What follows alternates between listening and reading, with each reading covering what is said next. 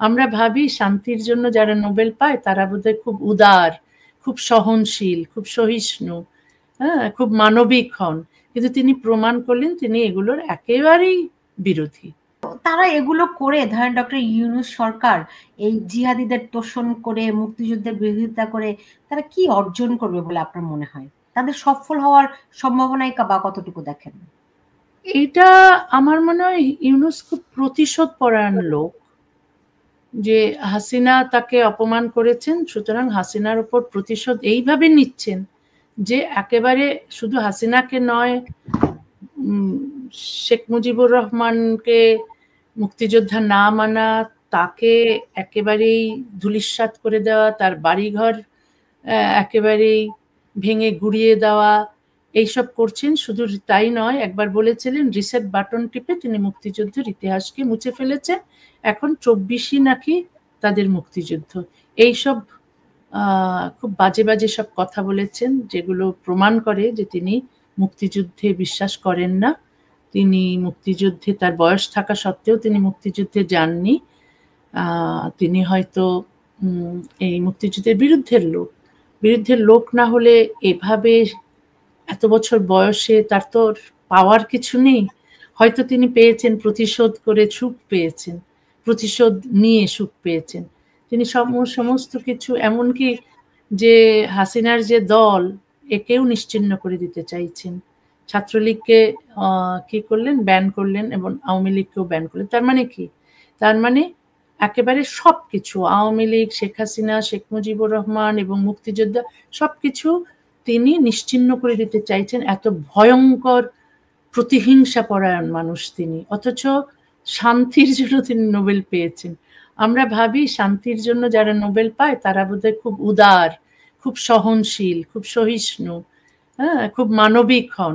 কিন্তু তিনি প্রমাণ করলেন তিনি এগুলোর একেবারেই বিরোধী। তিনি মোটেও উদার নন, তিনি মোটেও মানবিক নন, তিনি মোটেও সহনশীল নন। তো তার সফল হওয়ার চান্স কতটুকু? এই তিনি যে প্রতিশোধ নিতে তিনি চাইছেন, মনে করছেন যে এইভাবেই তিনি সফল হয়েছেন। এখন তিনি জীবিত থাকাকালীন এটাই হয়তো দেখতে চান।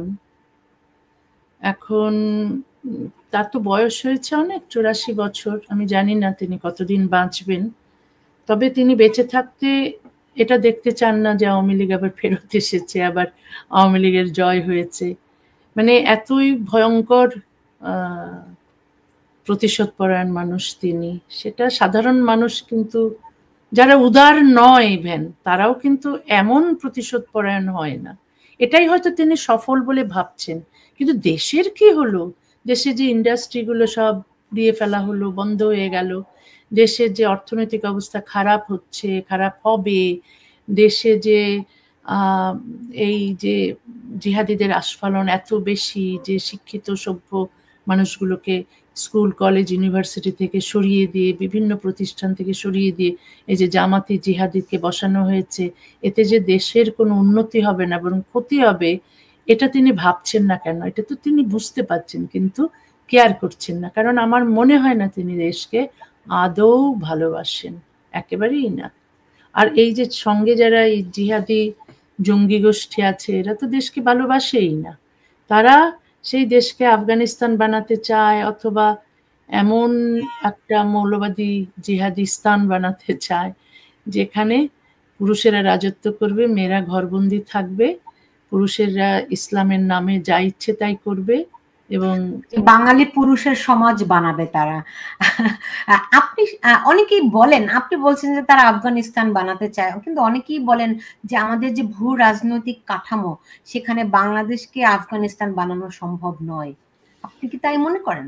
না, সম্ভব কেন হবে না? জিহাদিরা যা করছে তাতে তো সম্ভব হবেই, এবং আফগানিস্তানের চেয়েও আরো খারাপ কিছু হতে পারে। কারণ এখন কথা হচ্ছে যে দেশকে আসলে ওরা কি বানাবে, এটা তো ভবিষ্যৎই বলবে ওরা কি বানাতে চাইছে। তবে ওরা যা বানাতে চাইছে তা একটি গণতান্ত্রিক রাষ্ট্র নয়, তারা একটি সভ্য রাষ্ট্র নয়। কারণ সভ্যতার প্রথম শর্ত হলো রাষ্ট্র থেকে ধর্মকে পৃথক করা। তারা এখানে ধর্মান্ধ, তারা মৌলবাদী লোক, তারা ধর্মীয় আইন চাইছে, তারা রাষ্ট্রকে ধর্মের সঙ্গে মেলাতে চাইছে। আপনি যদি রাষ্ট্রকে ধর্মের সঙ্গে মেলান বা রাষ্ট্রকে রাজনীতির সঙ্গে মেলান, তবে কখনোই ওই দেশ সভ্য হতে পারে না। আর এই যে আমি জামাতে ইসলামী দলকে রাজনৈতিক দল বলে মনে করি না, কারণ এই দল ধর্মভিত্তিক দল। ধর্মভিত্তিক রাজনীতিকে কখনোই একটা সভ্য দেশে মেনে নেওয়া যায় না। সুতরাং জামাতে ইসলামীকে ব্যান করা কিন্তু উচিত, কারণ এরা ধর্ম নিয়ে রাজনীতি করে। আমি যদি ধর্মনিরপেক্ষতা চাই, ধর্মনিরপেক্ষতা একটা সভ্যতার প্রথম শর্ত, রাষ্ট্রে থাকতেই হবে ধর্মনিরপেক্ষতা। অর্থ আমি যেটা বলছি সেটা হচ্ছে রাষ্ট্র এবং ধর্মকে পৃথক হতে হবে। রাষ্ট্র এবং ধর্মকে পৃথক করতে হলে কোনো ধর্মীয় আইন থাকা চলবে না। এই যে আমাদের ব্যক্তিগত বা পারিবারিক আইন আছে ধর্মভিত্তিক, সেগুলো বাদ দিতে হবে।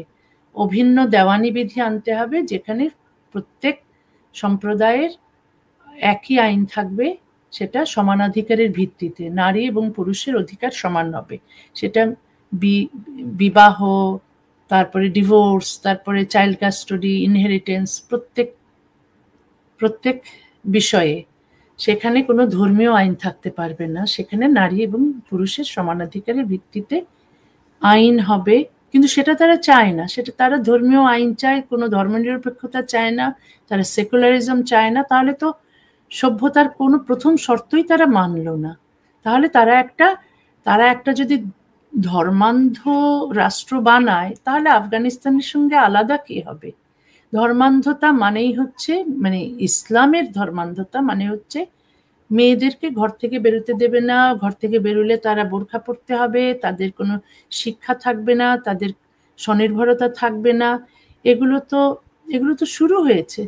কোথাও কোথাও এরকম মাইকে স্লোগান দেওয়া হচ্ছে, মাইকে ঘোষণা করা হচ্ছে যে এই বাজারটায় কোনো মেয়ে যেন না থাকে, তাই না?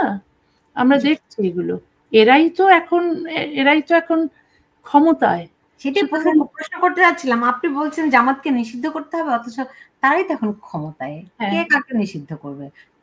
এখন এরা তো আর জামাতকে নিষিদ্ধ করবে না। আমি চাই একটা নির্বাচন হোক।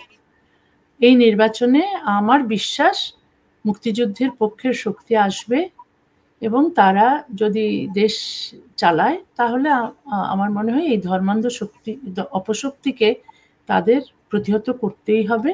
তাদেরকে এই মসজিদ মাদ্রাসা বানানো আর মানুষকে ধর্মান্ধ বানানো, মানুষের এই যে ওয়াজ দিয়ে মানুষের মগজ ধোলাই করানো, এগুলো বন্ধ করতে হবে। যদি মুক্তিযুদ্ধের পক্ষের শক্তি আসে এবং তারা যদি মুক্ত চিন্তায়, বাক স্বাধীনতায়, গণতন্ত্রে বিশ্বাসী হয়, তাহলে তারা তা করবে।